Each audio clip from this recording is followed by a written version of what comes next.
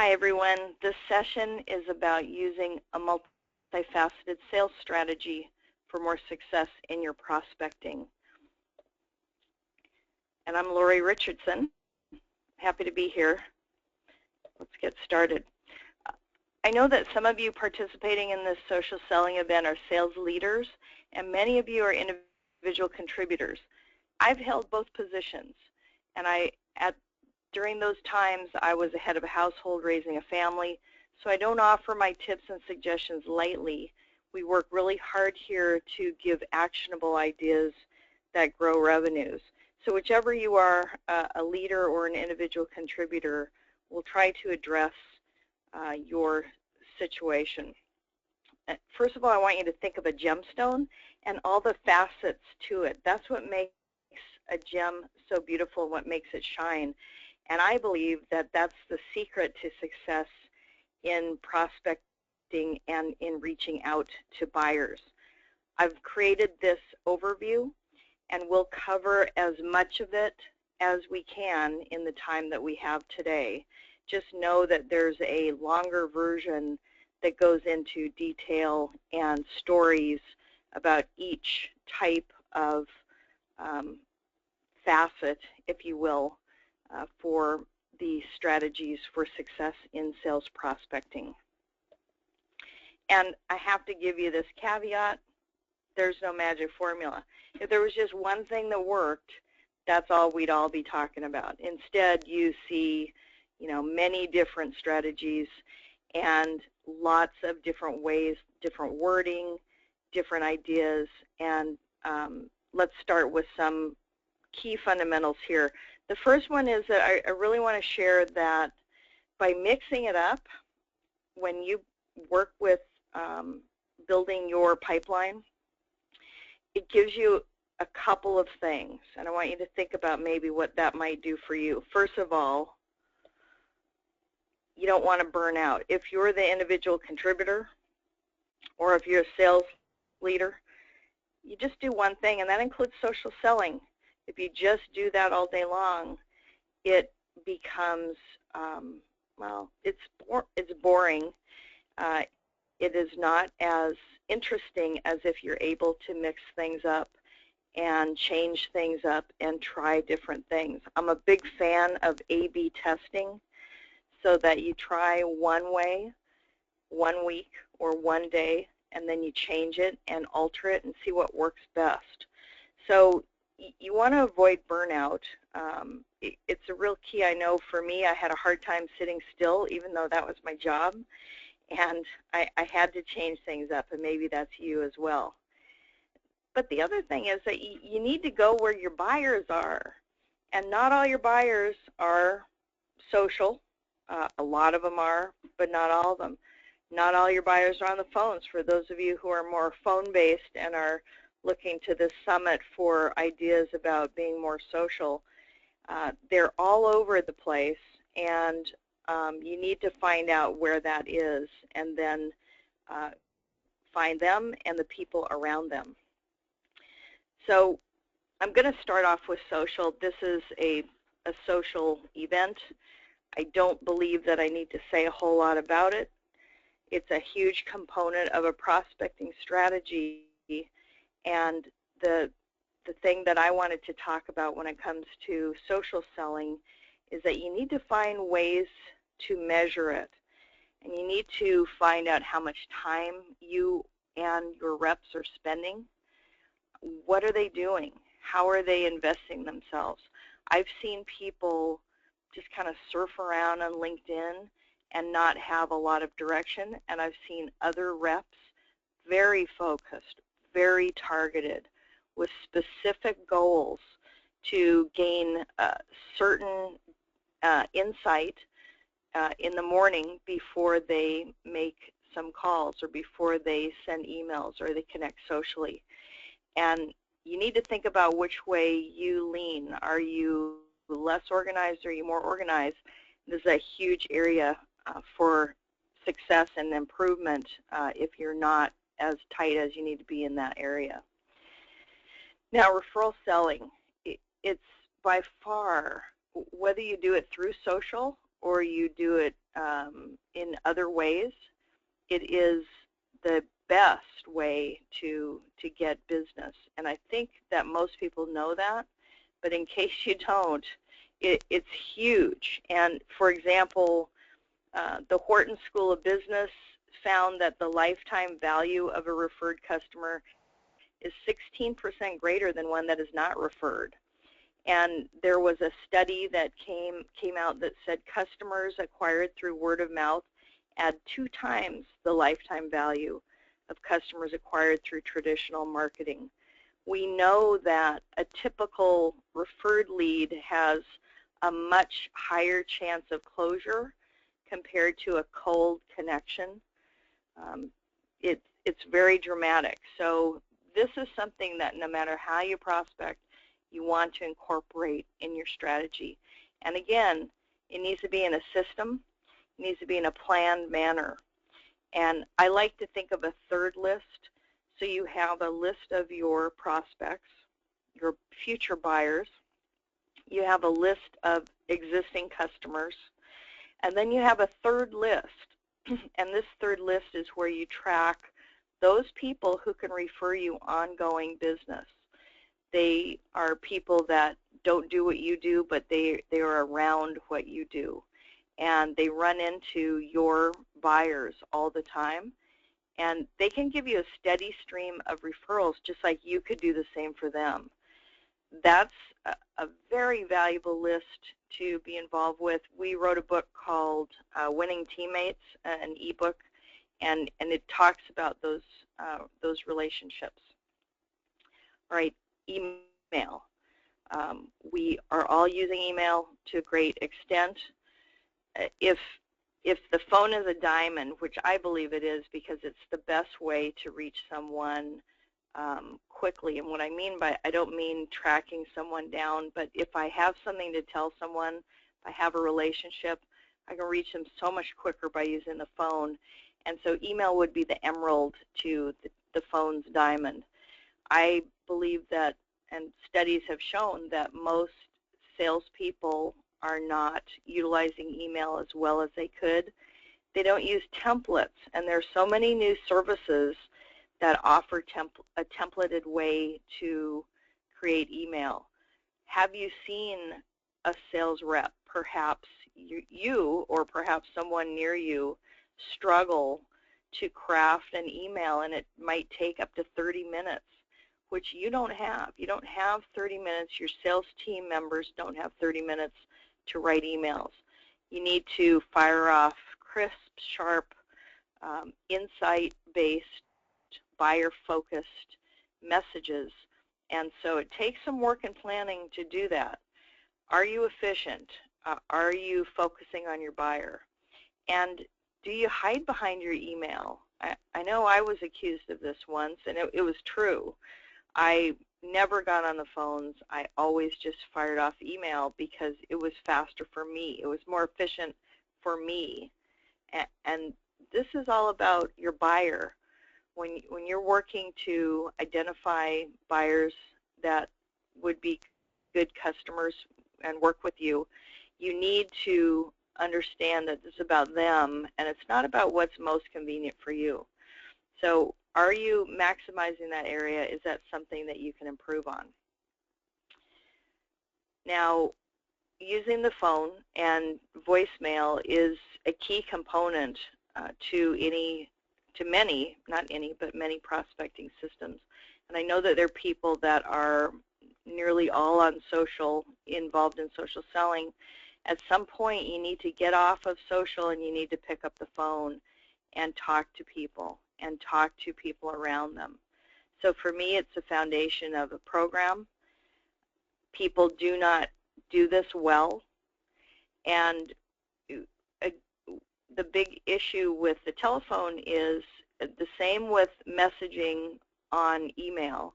When you leave a voicemail message, it's not to get a call back necessarily.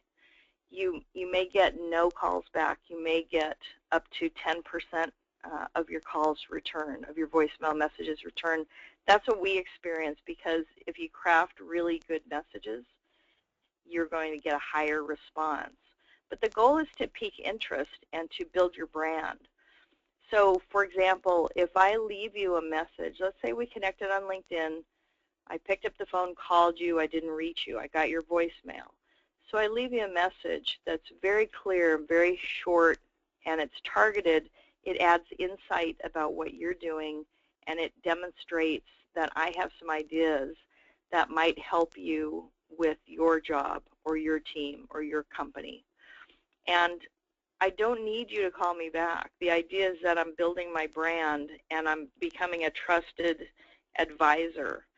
I will tell you that I'll call you back next week, and then I'll do it, which will demonstrate trust. Or I will tell you that I'll send you an email as a follow-up to make it easier for you to reply, which often happens. So get the conversation off social. I know it's a common theme now. And get onto a phone or do a video chat, because that can be really effective as well. All right, mobile. Love to see video conversations, and we're seeing more with companies that are finding people where they are. Mobile is the way most of us are communicating. It's where emails die, because a lot of us, if you have a smartphone, you in the morning you just flip through and delete those emails that don't have a catchy subject line. That's another conversation that we can drill down on at some point. But you need to pique people's interest and know that they're looking on a mobile device, because that's where most people are. So are you tailoring your messages to work well with mobile? Postal mail. I know it's old school, but I got to tell you, here is a fact that I would like you to think about. Sending first-class mail is down 20% according to the U.S. Postal Service. Now, what does that mean to you? It means that if you send a 2-sentence note, let's say you had a great conversation with the C-level executive, you finally caught them through, maybe it was through, I don't know, could be through LinkedIn, perhaps it was in an email, and you were able to talk with them by phone, and you had a 5-minute conversation. They're not looking actively for your services yet, but they're open to talking in the future, and the C-level executive tells you, call me in 6 months. Okay, that's a long time. So what I'm going to do is grab a note card. Maybe it has my company logo on it. That would be great. If not, just go in and buy some nice note cards. You can get them anywhere.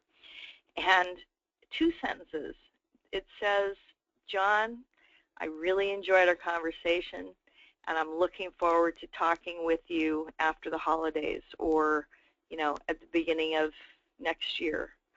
And include your business card and sign your name. It's so simple. It costs you 1 stamp and the price of the card. And here's the cool thing. It gets your business card on their desk. And there's nothing in social that's going to do that for you. So as old school as it may be, I'm telling you, it really works. And if you sent out 3 cards a week, I like to do 5 cards a week. If you do 3 cards a week, you're going to be more memorable, and when people are ready to buy, they're either going to look you up in something maybe like a LinkedIn, because there may be less conversations that they've had on LinkedIn than email, or they're going to see that business card that's sitting on their desk that they never threw away, and they may keep it on their desk. So don't underestimate the power of a note card. Just think to yourself, how many have you received in the last month or 2? And how many emails have you received? And that's the answer to that. Enough said. Group updates. We have a lot of success still in doing things like an email campaign, particularly if you can target it and personalize it in some way, specifically by industry.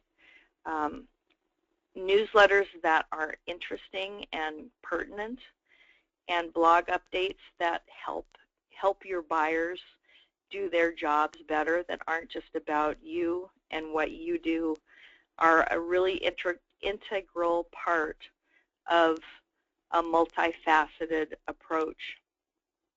Now, the last part is in the how piece. This is what is considered intangibles. So I can use all these different methods for reaching you. I can use, let's say I predominantly use a social selling strategy. If I don't have my intangibles right, I'm not going to be successful at all. And when I talk about being successful, I'm talking about the messaging that you create and who you're talking to, when you're reaching out to them, what the actual message is that you're crafting, how often you do it, and listening to your gut. Your gut knows.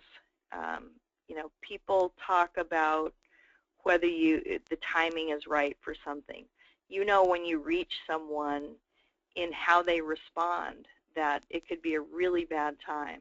And if that's the case, you want to attempt to talk with them at a later time. So you need to know those things, subtleties, the comments that people give you, and from that you can build a much more robust pipeline. You can have many more opportunities to work with the buyers of your choice, any buyers that you care to work with, depending on how you craft this part, the messaging and the intangibles. And I would encourage you to work really hard on your messaging, to get input from people outside of your industry, to get input from others around you. Listen to what those who are most successful in your business, if you work with other successful reps, listen to the successful ones, particularly the newer ones, and see what they're saying. What are they writing, and how are they reaching out to people? That can be the answer if you are doing a lot of these things but you're not having success. It all will boil down to these issues: what you're saying, when you're saying it, who you're saying it to, how you're saying it, how often, and that's all fixable. So the good news is that you can improve these areas. There are many people, many posts and blogs and different ideas that can help you with that alone. And I would encourage you to work on that every day so that your message gets better and better and better. And every rep should be able to, on a moment's notice, concisely say what it is that they do. So if you're a rep, you should be able to do that. You can leave yourself a message. Record your voice saying what it is that you do, saying what you would normally say to someone on the phone if you talked with them, and see what the email is. Send an email and look and see how long it is on your mobile device. Those kinds of things, you can get better and better and better. And if you need help, look at organizations like Toastmasters, where it's all about giving compelling talks and leadership in a very inexpensive manner, and they're all over the world. One tip that can be extremely effective for you. That's something I did when I was in my early 20s starting out. All right, your cadence is the rhythm and the sequence of reaching buyers. There's no one specific answer to this, but you should know that you can come up with something that makes sense in terms of how you reach your buyers, and it should be in a methodical manner so that when you come in today or you come in tomorrow, you do similar things in terms of, every time I give a first call, I don't leave a message, but I do on my second call. Whatever works for you in your industry, we talk to different people all the time, and there's no one answer, and it depends on a number of factors. But happy to talk to you further about that if you have specific questions. just know that this is another way that you can help have a more planned approach to being successful with your calls. And then another thing that I want to suggest is that you send a series of messages, whether this is by email, you do it with voicemail, have a different message each time and not just the same thing over and over. And please be buyer focused. Everyone I know is receiving horrible voicemail messages, and it's something that can be totally fixed. So think about, your first message is about you're calling people with similar titles, or you're working with a similar industry or some kind of a trigger, and let people know why they're a more probable buyer to work with you. The next one, have some kind of a connection that maybe you found through a social platform, maybe on Twitter, maybe another way. And the third one, offer some insight specific to their industry, or do it in a different combination, but have a series that you go through, because if you do that, you're going to build up credibility and you're going to sound much more of a professional calling another professional, or a professional emailing another professional. And finally, I just want to suggest, this is a big topic. If you have specific issues and you have a sales team, we're happy to talk with you one-on-one. So please consider booking a call. I'm LorI Richardson.